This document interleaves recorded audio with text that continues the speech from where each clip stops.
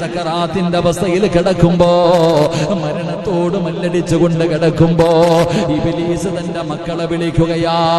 എന്നിട്ട് പറയുന്നു, സിറാജ് മരിക്കാൻ പോകുകയാണ്, ഇനി നിങ്ങൾക്ക് അവസരമില്ല, ഇത് അവസാനത്തെ ചാൻസാണ്, ഇത് അവസാനത്തെ ചാൻസാണ്. എങ്ങനെയെങ്കിലും നിങ്ങൾക്ക് അവനെ ഒന്ന് പിഴപ്പിക്കാൻ കഴിയുമോ? സിറാജ് ലോകത്തോട് വിട പറയാൻ പോകുകയാണ്. ആരെങ്കിലും അവനെ പിഴപ്പിച്ചാ നിങ്ങൾക്ക് ഞാൻ പ്രതിഫലം തരാ, നിങ്ങൾക്ക് ഞാൻ പ്രതിഫലം തരാ. ഇബ്ലീസ് തന്റെ മക്കളെ മുഴുവനും വിളിച്ചു കൂട്ടികെട്ടവിടന്ന് അവർക്ക് സമ്മാനം ഓഫർ ചെയ്യുകയാ. എന്തിനെന്നറിയുമോ?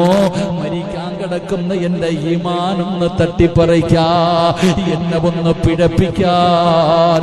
ഇബ്ലീസ് തന്റെ മക്കളെ വിളിച്ചിട്ട് ഒരുപാട് ഓഫർ കൊടുക്കുമ്പോ എല്ലാവരും കിടന്നു വരികയാണ്. മരിക്കാൻ കിടക്കുന്ന എന്റെ ചാരത്ത് കിടന്നു വരികയാ. എന്തിനാ?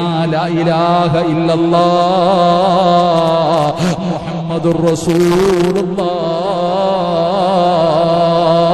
എന്ന് പറഞ്ഞു മരിക്കുന്നതിനെ തടയാൻ, എന്റെ മരിച്ചുപോയ വാപ്പാടെ രൂപത്തില്, ഞാൻ ഇഷ്ടപ്പെടുന്നവരുടെ രൂപത്തില് എന്റെ ചാരത്ത് വന്നിരുന്നിട്ട് ഈ ലോകത്തിലുള്ള സർവ്വവെള്ളം കുടിച്ചാലും ദാഹം തീരാത്ത സമയമാ.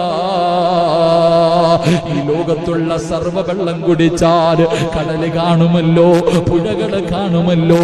ഈ ലോകത്തുള്ള സർവ്വവെള്ളം കുടിച്ചാലും മരണത്തിന്റെ സമയത്താ മനുഷ്യന്റെ ദാഹം തീരൂല. അല്ലാഹു നമ്മുടെ ദാഹം തീർത്തു തരുമാറാകട്ടെ. എന്റെ പ്രിയമുള്ളവരെ, ഒരു തുള്ളി വെള്ളം കിട്ടാത്ത സമയമാ. ആ സമയത്താണ് ഇബ്ലീസ് മരിച്ചുപോയവരുടെ രൂപത്തിൽ കയ്യിൽ വെള്ളവും പിടിച്ചു കൊണ്ടുവന്ന് ഇടതുഭാഗത്തിരുന്നിട്ട് നമ്മളോട് പറയുന്നു, കുടിക്കാ വെള്ളം തരാ, കുടിക്കാൻ വെള്ളം തരാ. ഒന്ന് പറഞ്ഞാ മതി, ലാ ഇലാഹ ഇല്ലല്ലാഹ് പറയരുത്. അത് പറഞ്ഞാ നീ പിഴച്ചു പോകും, അത് പറഞ്ഞാ നീ നരകത്തിൽ പോകും. അങ്ങനെ ചതിക്കാൻ നോക്കുമ്പോ രക്ഷപ്പെടണോ മുസ്ലിമേ?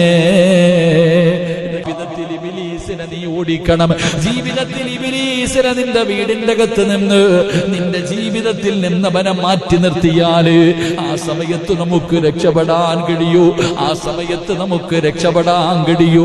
അതുകൊണ്ട് എന്റെ പ്രിയപ്പെട്ടവരോട് പറയുകയാ, ആയത്തുൽ കുർസി മറക്കല്ലേ.